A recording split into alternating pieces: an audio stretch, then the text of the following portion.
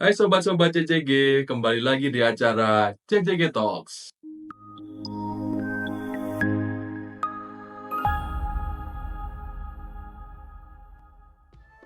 Kali ini kita akan bahas topik yang menarik banget buat teman-teman di instansi pemerintah, yaitu hubungan peta proses bisnis kementerian dengan peta proses bisnis unit kerja Eselon 1 dan UPT. Yap, bener banget nih, topik yang sangat relevan, terutama dengan adanya kebijakan dari Permenpan RB nomor 19 tahun 2018 yang jadi dasar penyusunan peta proses bisnis di instansi pemerintah.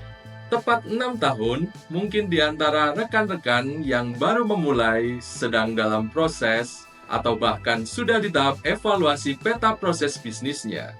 Nah, yang menarik, peta proses bisnis di instansi pemerintah ini punya lingkup-lingkupnya sendiri. Jadi, pastikan kalian tetap di sini karena kita akan bahas semuanya secara tuntas. Nah, dalam pembahasan hubungan peta proses bisnis kementerian dan peta proses bisnis unit kerja Eselon 1 dan UPT, saya tidak sendirian kali ini. Saya bersama rekan saya, Mbak Sofi. Gimana kabarnya Mbak Sofi? Halo Sobat CCG, semoga sehat selalu ya. Dalam CCG Talks kali ini, saya akan coba jelaskan bagaimana roadmap dari Kemenpan RB yang menjelaskan proses bisnis nasional itu dibagi menjadi 4 lingkup. Yang pertama, ada lingkup 1 Romawi yang menjelaskan hubungan antara pemerintah pusat dan juga pemerintah daerah dalam bentuk RUU. Kemudian yang kedua, ada lingkup 2 Romawi yang membahas proses bisnis antar kementerian ataupun lembaga yang lintas sektor di bawah Kementerian Koordinator. Lalu, ada lingkup 3 Romawi yaitu peta proses bisnis antar unit kerja Eselon 1 dan atau antar unit kerja Eselon 2 dalam satu kementerian atau lembaga ataupun pemerintah daerah. Dan yang terakhir itu ada lingkup 4 Romawi yaitu proses bisnis antar UK2 dalam satu UK1 atau antar OPD dalam satu Pemda. Nah, kira-kira gimana sih perbedaan dari 4 lingkup tersebut, Mas Evan? Oke, kita balik lagi ke definisi peta proses bisnis.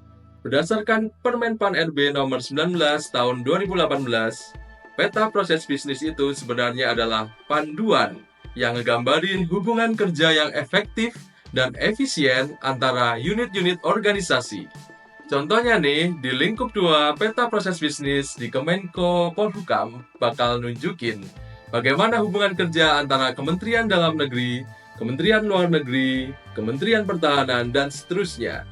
Sementara itu, di lingkup 3, misalnya di Kementerian Hukum dan HAM, peta proses bisnisnya bakal nunjukin gimana hubungan kerja antara Sekretariat Jenderal dan semua Direktorat Jenderal.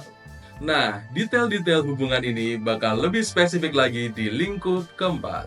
Ya, tepat sekali. Jadi contohnya, di Kementerian Hukum dan HAM, setiap UK1 seperti Direktorat Jenderal Kekayaan Intelektual atau Direktorat Jenderal Imigrasi, itu harus menyusun peta proses bisnis juga untuk lingkup 4 Romawi. Di dalamnya nanti akan tergambar hubungan kerja antar direktorat. Jadi meskipun berbeda dalam cara penyusunannya, tetap saja prinsipnya sama. Esensi dari peta proses bisnis ini adalah untuk menjadi acuan bagi instansi pemerintah dalam menjelaskan proses-proses yang ada guna menciptakan nilai tambah bagi stakeholder. Betul sekali nih. Yang penting, bagaimana kita memastikan proses-proses di instansi kita berjalan efektif dan efisien. Supaya lebih paham nih, sobat-sobat CCG, boleh dong kita bahas pengalaman penyusunan probis kementerian hingga ke Eselon 1 dan UPT-nya.